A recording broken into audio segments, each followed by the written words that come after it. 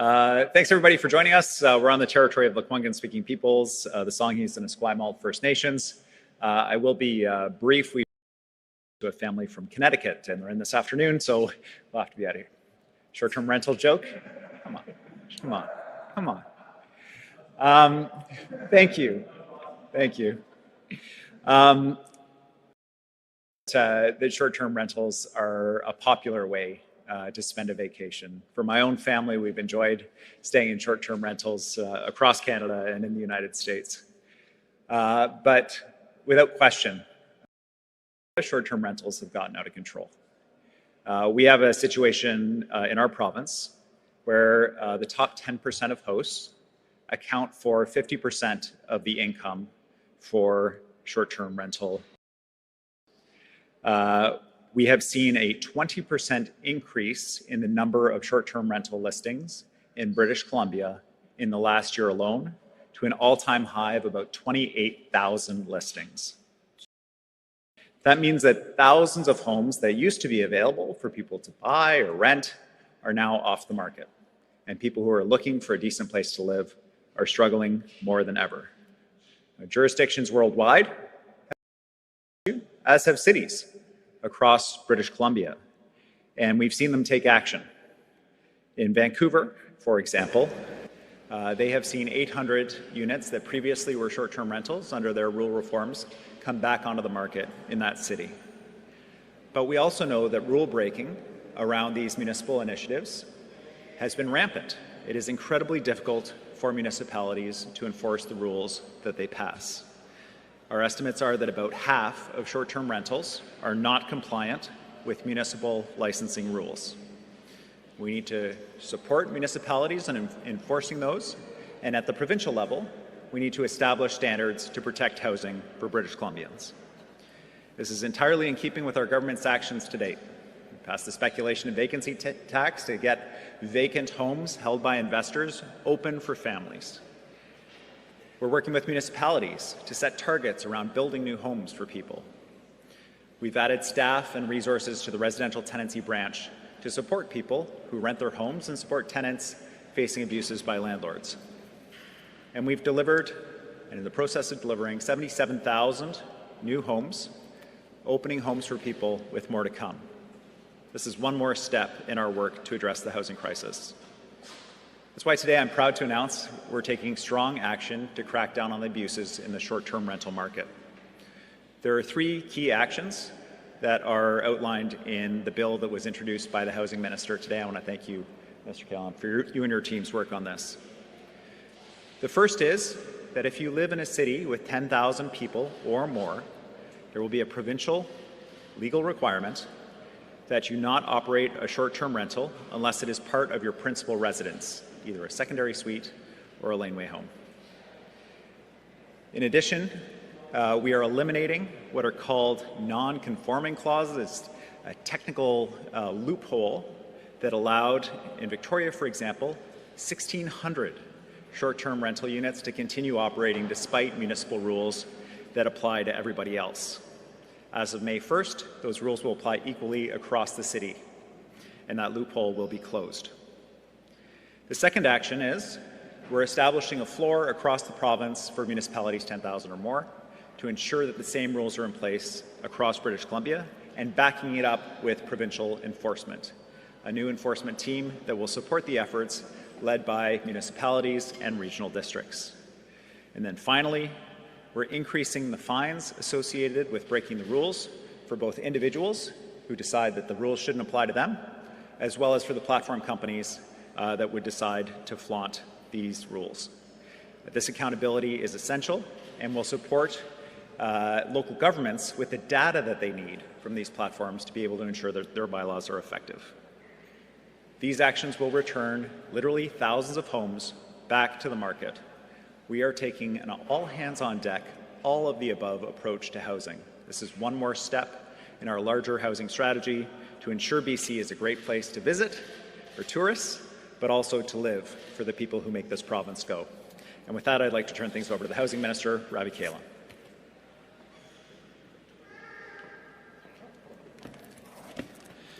Great. Thank you so much, Premier. And it's great to be here on the traditional territory of the Lekwungen-speaking people, the Songhees and Esquimalt nations. As the Premier stated, our province, like many jurisdictions around the world, are facing housing availability and affordability crisis.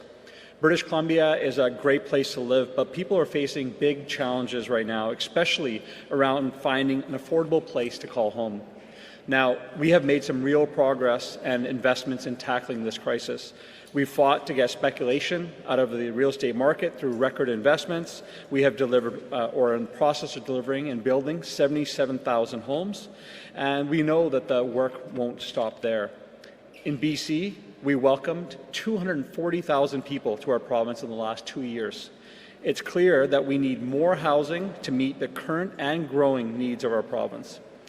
And we face new challenges, including rising interest rates and inflation, challenges that have been highlighted by low vacancy rentals rates in communities throughout British Columbia. One of the reasons why we're struggling to find long-term affordable homes for people is why we're here today. The surge of short-term rentals in BC's housing market. While British Columbians struggle to find a good place to call home, the number of listings for short-term rentals platforms has grown rapidly. There are 20% more listings today than there were a year ago. The surge is taking rental units off the market, is making a good place to call home even more difficult. While these types of listings may have started out with people sharing a room in their home or renting out their space temporarily while on vacation, that's far from what we're dealing with right now. It's estimated that short-term rentals are taking away more than 16,000 homes from BC's long-term market. Instead of providing housing for people in communities who need it the most, many of these thousands of homes are being used as investment properties. It's clear that the rise in short-term rentals has become a global housing problem, and today we're taking action on bringing forward BC's solution, a solution that reins in short-term rental market and delivers more homes for people.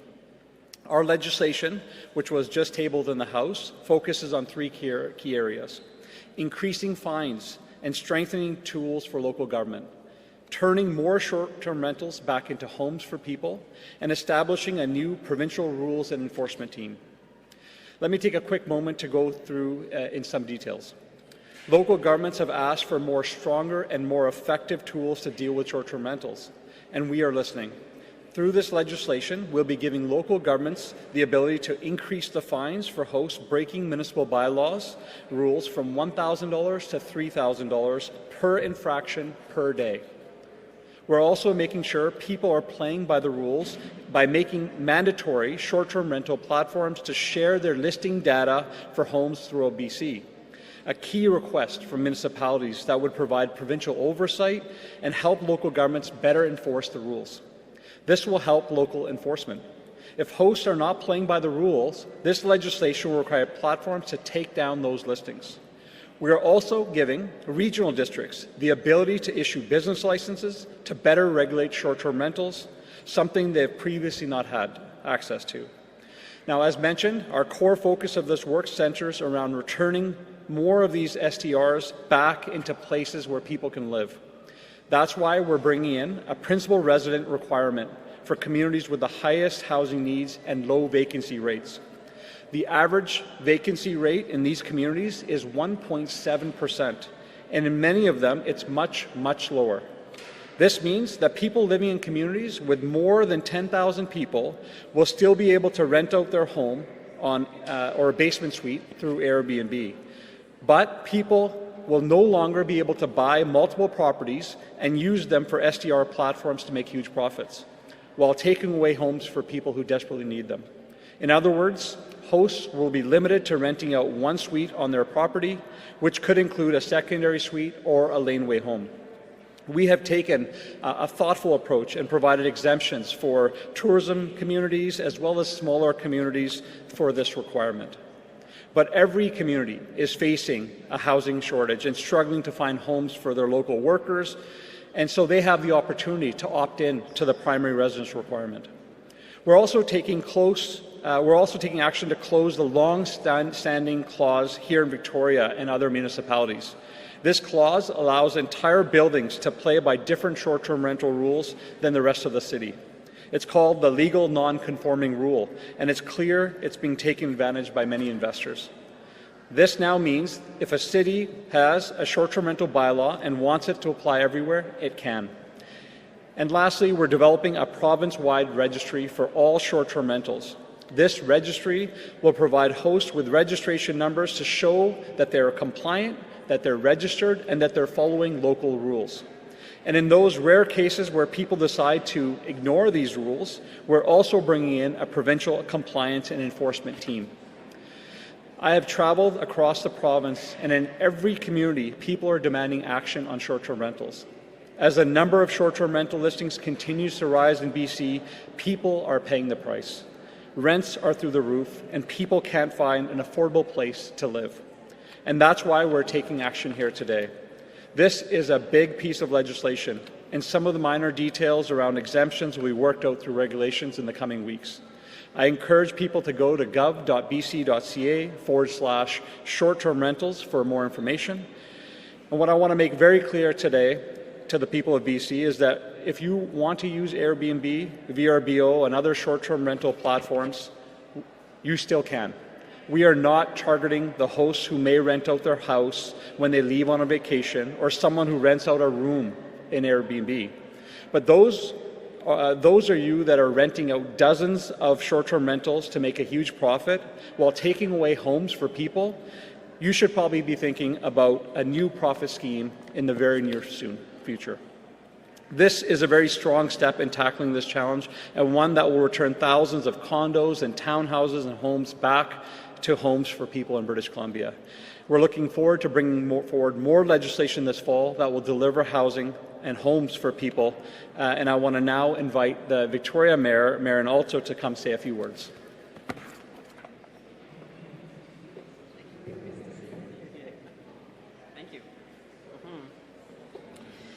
Yes, you can all laugh when they put the stool in, for sure.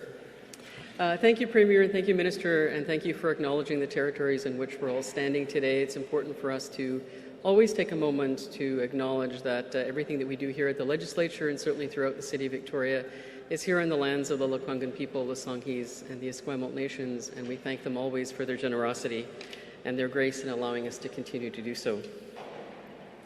I'm really delighted to be here today, actually. I think that this is incredibly important to see the provincial government stepping in and being able to begin regulating short-term rentals throughout British Columbia. The provincial policies and oversight that have been introduced today will ease the burden on municipalities like Victoria, that have local policies aimed at maximizing a local housing supply, but which have struggled with trying to balance the number of short-term rentals that we have with that aim in providing more local supply. The two things in particular that Victoria is pleased about are the data sharing requirements. One of the frustrations we've had, of course, is being able to track how many STRs there are and how they fluctuate when they're used, who owns them, all of those different things which really make it difficult for us to actually evaluate and enforce our own regulations. When we come into a system which requires that type of data to be shared, that will really be helpful for us. You know, we can't regulate what we don't know, and so being able to know this will be really, really helpful. The enforcement and compliance piece, incredibly important. One of the most frustrating things, again, for us as a local government is trying to find the resources to try and enforce our own regulations. A local bylaw, which are responsible for this type of work, are already very much under the gun and overextended in a variety of different responsibilities, and this just adds to that in a really significant way. So we really welcome the collaboration on the enforcement piece and look forward to that team being in place. Ultimately, what this is for us as Victoria, with a very high number of people who come to us as visitors and as a huge, obviously, investment in the tourism industry, this is about balance. We understand that people do want a diversity of experience in accommodation and that there is a place for short-term rentals within a balanced economy. But for us, this is very much about making sure that we create enough of that diverse accommodation experience with as much permanent housing as possible. And these types of regulations are going to allow us to use some additional tools in order to find that balance for the city. In a capital city in particular, with a very rich tourism industry, we understand the need for those options and for us to make sure that we don't unduly close those options, but at the same time, short-term rentals though they can be part of that experience, they cannot be so at the expense of permanent housing for Victorians that are here now and Victorians that we expect to come in great numbers. So these regulations really help Victoria find and sustain that balance between these types of accommodation. They're the baseline as we understand it. They're a floor, and when we see how this works for a while, we'll be able to ascertain whether we want to go beyond these and whether we want to strengthen our own local guidelines or find a way to balance the two together. And so for us, this is a good day. It's a good day because we see additional resources coming. We see another tool, and we're always looking for as many tools as possible to create additional long-term permanent housing for, as I say, our current and future Victorians. So I do thank the Premier and the Minister for bringing this forward. It's something that we've been waiting for in the city. I know that many of my colleagues around the province have been doing so as well. And so I'm quite confident that we will look favorably upon this as it unrolls as another lever for us to pull in creating more and more housing for our communities. Thank you.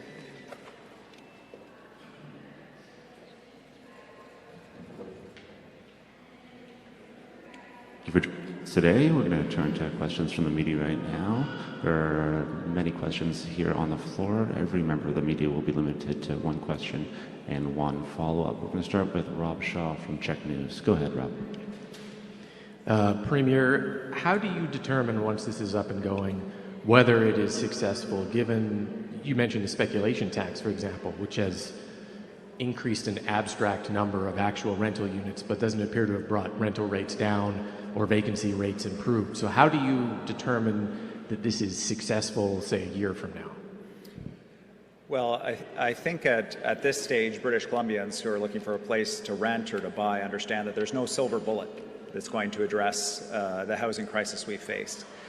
We have to go at this crisis from a whole bunch of different directions. Building more housing for purchase, building more housing for rental, speculation and vacancy tax, cracking down on speculators, and today's announcement around short-term rentals, and making sure that we're bringing all of the units that we can into the long-term market as quickly as we can to address this crisis.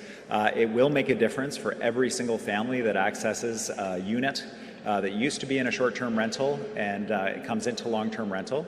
There are a wide array of estimates of the number of units that would fall into this category. There was a study out of McGill of 16,000 units in British Columbia. There's a study out of Airbnb that says it's 0. So somewhere in between there is the number of units, and we will find the path forward here. But without a doubt, even just looking at Vancouver's experience under a voluntary agreement with Airbnb, they saw 800 units returned. That's 800 families benefiting, and we expect to see even more as we establish a floor and legal requirements for all platforms to play ball with local governments as they get their hands around this problem. And Rob, do you have a follow-up question? Sticking with you, Premier, what is your message to people who are currently renting out a condo, whether it's a family that owns that condo as an investment property or an investor who owns multiple condos? It's not their principal residence, and they're going to have to try to understand the implications of this for them the next few months if they want to Airbnb it. And then also to the housing minister, could you speak about the Gulf Islands, which is unique? It's kind of resort-ish, but it's not included in this. Are individual islands going to be, Salt Spring, for example, choosing to bring this in, but not Pender, or how is that going to work?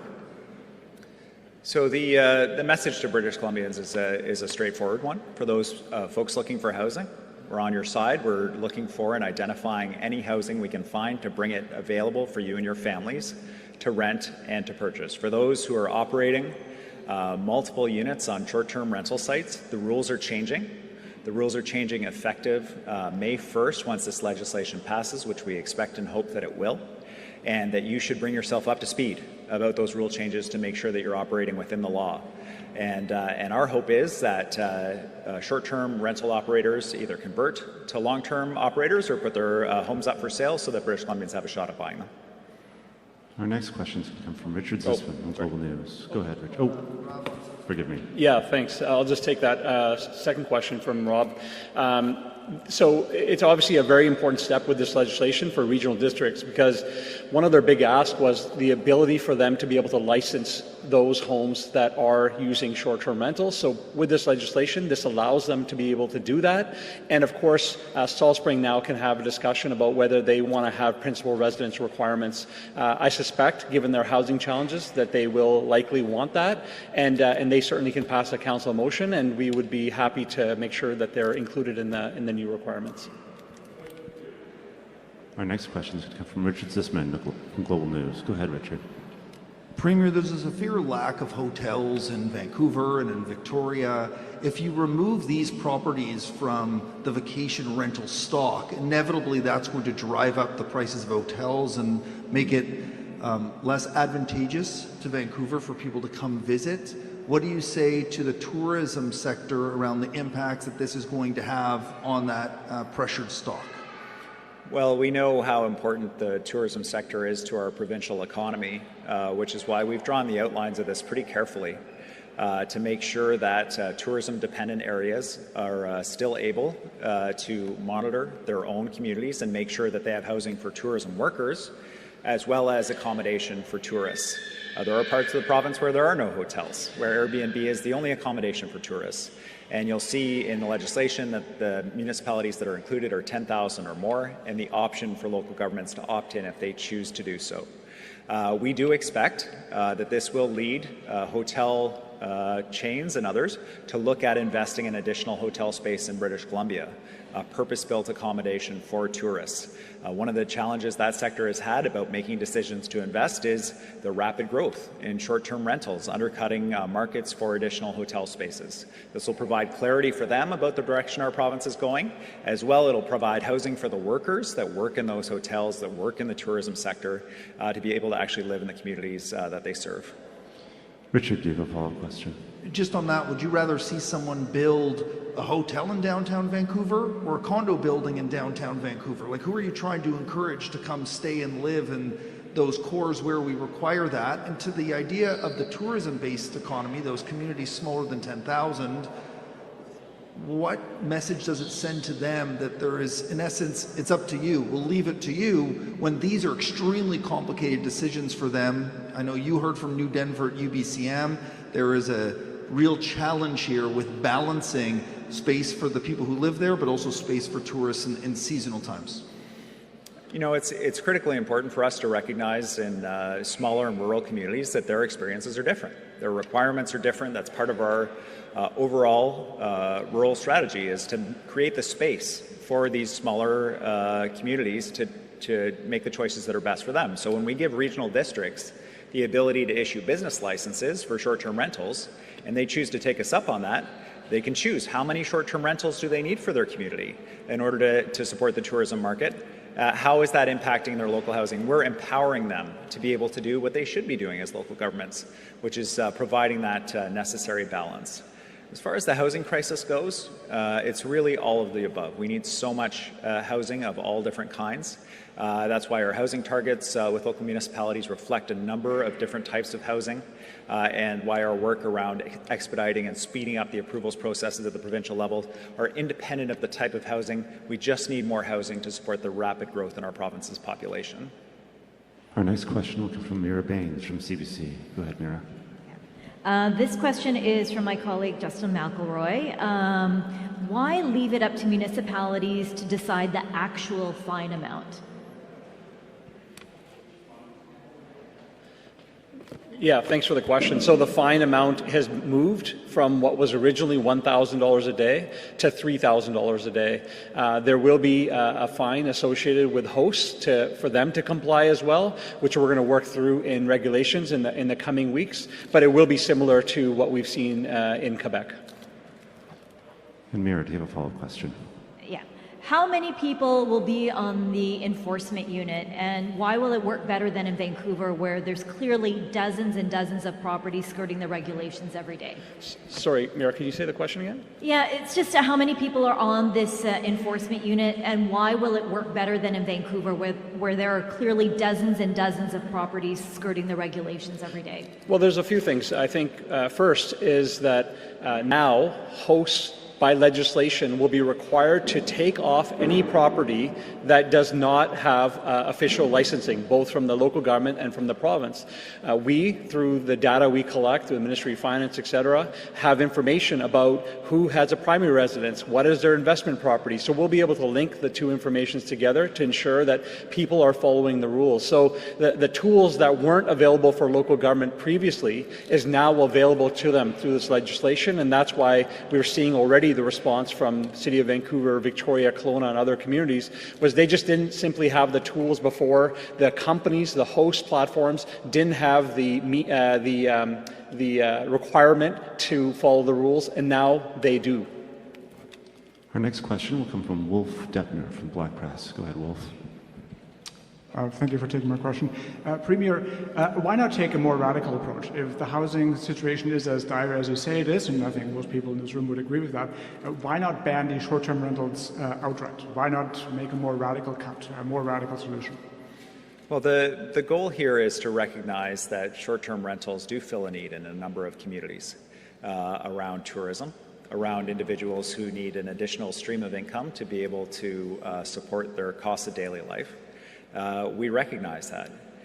But at the same time, we've seen a dramatic growth in flagrant abuses, complaints from people who live in condo buildings about whole floors of their building being used as a private hotel, flaunting the rules of the strata, making life unbearable in their building, and compromising the ability of British Columbians to actually live in those units.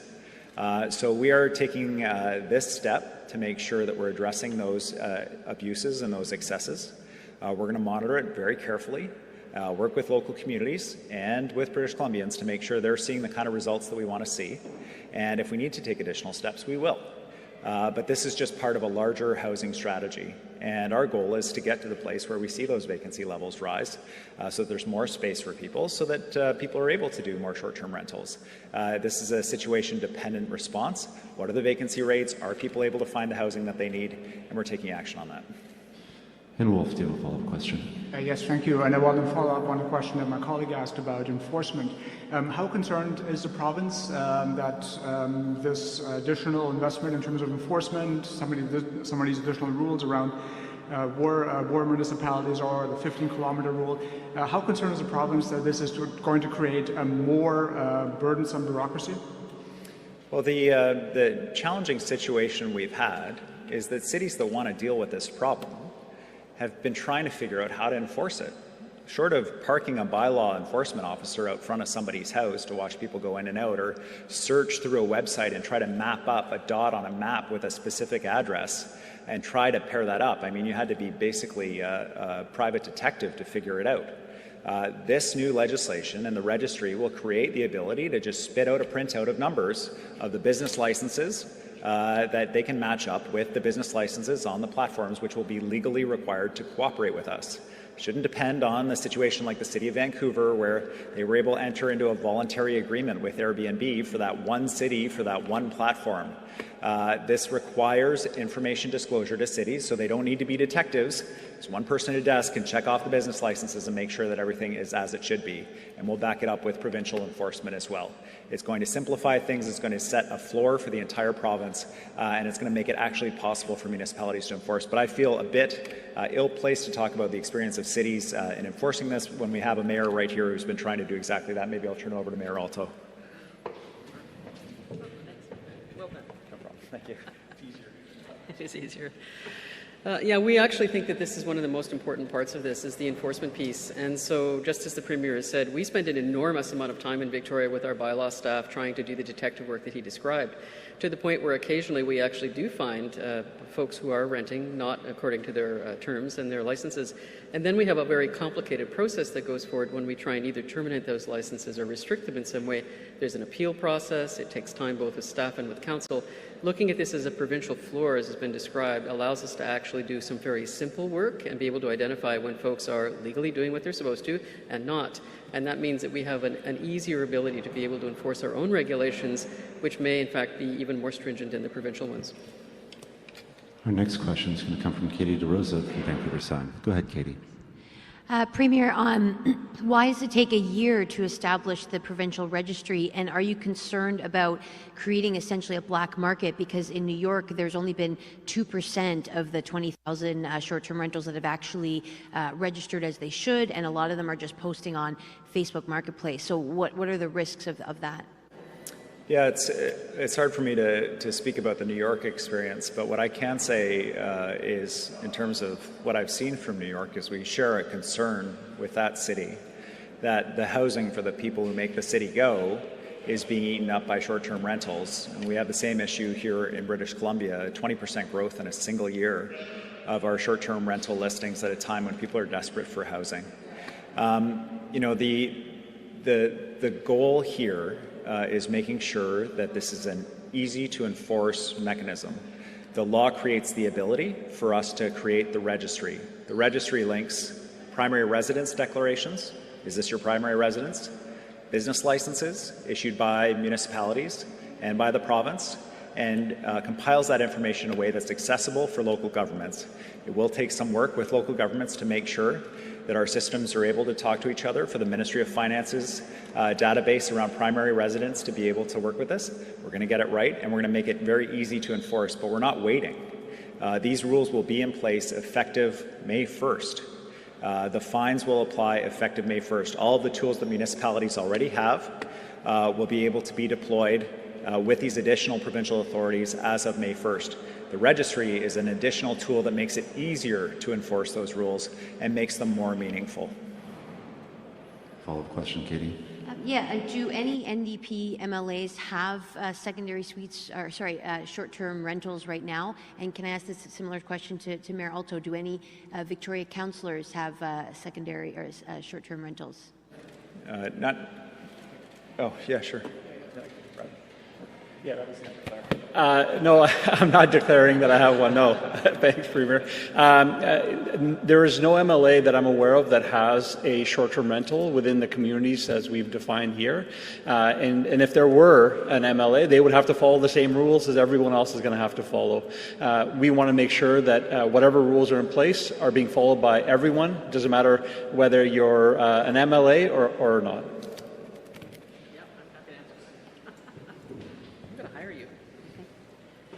Our previous council actually did have a number of members who did have short-term rentals, and they did absent themselves from the votes when we originally introduced it a few years ago. But I'm not aware of any current council member who has anything to do with STRs. Our next question will come from Les Lane from Times Columnist. Go ahead, Les. Thanks. Minister Kahlon, the Premier and you have both outlined all the factors that contribute to the housing crisis. And applying that to, say, the hypothetical young couple stuck in substandard housing who are just desperate to get out of it and simply can't afford it.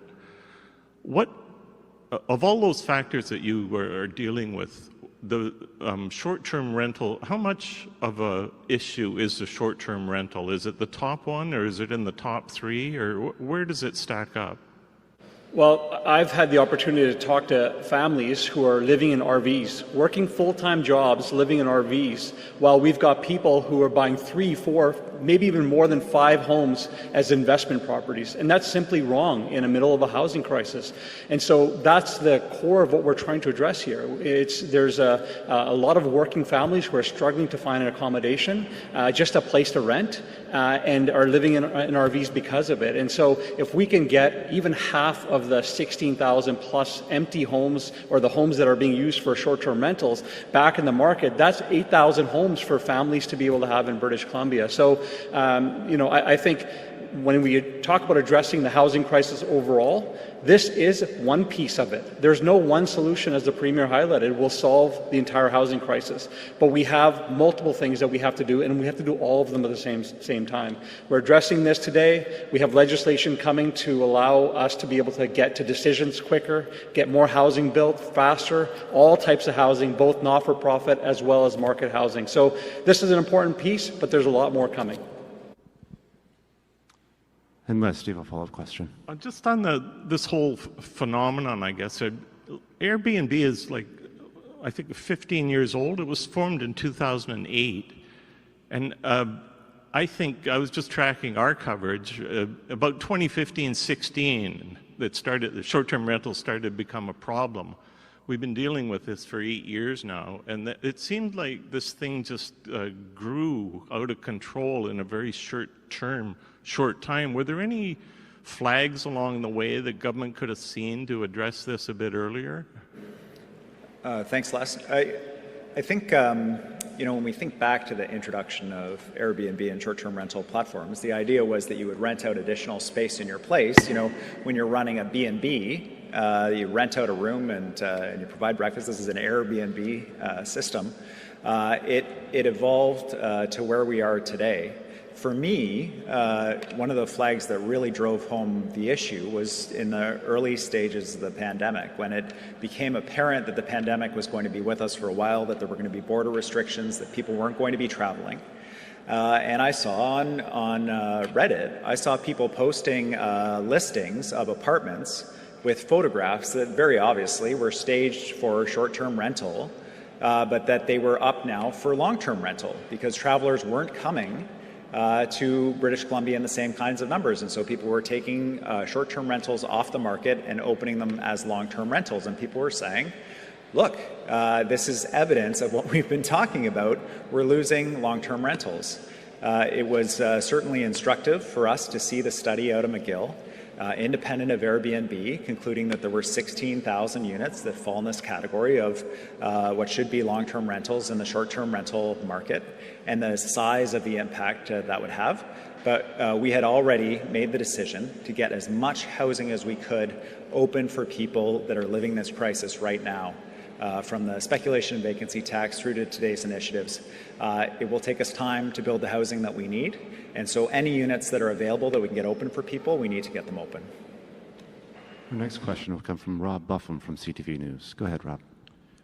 Oh, hi, Premier. Just wondering, I wanted to clarify in terms of fines. The slides we saw this morning talked about an increase of bylaw infractions going from 1,000 to 3,000. These are now provincial rules. There's also reference to a $50,000 fine from regional districts. So I guess my question is, what is the maximum fine that somebody breaking these new rules being rolled out today or existing bylaws, what is that fine? And are there any fines that relate to platforms now that they have new obligations?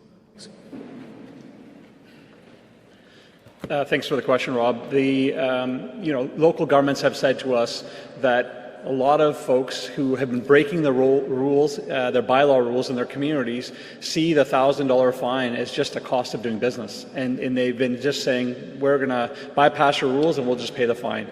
And so we're moving the fines to $3,000 a day per infraction, which is something local governments have been asking us to do. And we're also increasing the responsibility of the hosts. Now they have a responsibility to make sure that when they put something on their site to advertise a property, that listing has the proper registration number, etc. So they'll be able to check, we'll be able to check, and if they decide to skip the rules and decide that the rules don't apply to them, then there will be fines similar to what Quebec has in place. Quebec put in a fine around $100,000 for infraction for the hosts, and so we're looking at something similar, and that will be coming in regulation in the coming weeks. And Rob, do you have a follow-up question? I do. I'm not sure who it's best suited for, but I'm trying to get my head around what this means in terms of, Katie asked, a year from now, what are we looking at? And Minister Kahlon, you mentioned the idea of cutting or increasing 8,000 units on the market. You've turned your mind to it, I'm sure. What tangible difference will this make a year from now? Well, we've seen in jurisdictions, and I've had the opportunity to talk to a senator from San Francisco, I've talked to folks in Washington State, jurisdictions that have brought in rules and seen impacts happen right away. We consulted folks from across the country who are studying this topic. We're not the only ones, as the Premier highlighted. This is something that, quite frankly, jurisdictions around the world are trying to figure out. But what we've heard from the folks, for example, that just did the McGill study, that right now with BC, with this legislation, this is now the gold standard for other jurisdictions to be following. And so we take pride in that. We're going to see how this moves forward over the coming months and the years ahead. But May 1st, the principal resident requirement kicks in, and the numbers, just shy of 17,000 complete homes that are on short-term rentals, as was highlighted. Even if half of those come back on the market, that is significant. If we were trying to build close to 8,000 units, that would be significant, hundreds of millions of dollars for the province. And just if you look at how many purpose-built rentals were built last year, we had 14,000 purpose-built rentals built in British Columbia, which is already breaking records for what we have. And so even if you get to half of that, that is quite significant in helping more people get homes quickly. We have time for one more question. We'll go to Dirk Meisner from the Canadian Press. Go ahead, Dirk. For Ravi. Oh, you might want to get in there too. You just kind of touched on it, but I wanted to know where BC now, where do we stand with what we've introduced today with respect to Canada and maybe North America? I'm not aware of any jurisdiction in North America, or in fact maybe around the world, that has set a principal resident requirement like this. I think Ireland will be similar or close. Quebec does not have it. And so, again, I highlight the folks who did the McGill study recently when we shared with them where we were going. They said that this is now the gold standard for Canada and for North America. And so, of course, for us, the number one priority was getting homes back so that people can have them. And I'm hopeful that this will have a significant impact. It alone won't solve the entire housing crisis. We have a lot of other work to do, and that's coming as well in the coming weeks. And Dirk, you have a follow-up question. Sure. One more for the minister. Earlier, you said that people who are running these kind of homes should be maybe looking for a new profit scheme, or is that like a threat? No, listen, in the end of the day, if you're an investor and you're buying 3, 4, 5 homes and using short-term rentals to make wealth, the message here is that is no longer allowed. We are saying we need these homes for people. We have families who are struggling to find accommodation throughout the province. I hear about it every day. And what we're saying is we need those homes for people. And at the same time, if you've got a home and you have an extra suite and you want to rent it out, you can still continue to do so. So, there's a lot of ways for investors to make money. What we're saying is that our valuable housing stock is not the place you should be doing it. And that's all the time we have today. Thank you for joining us.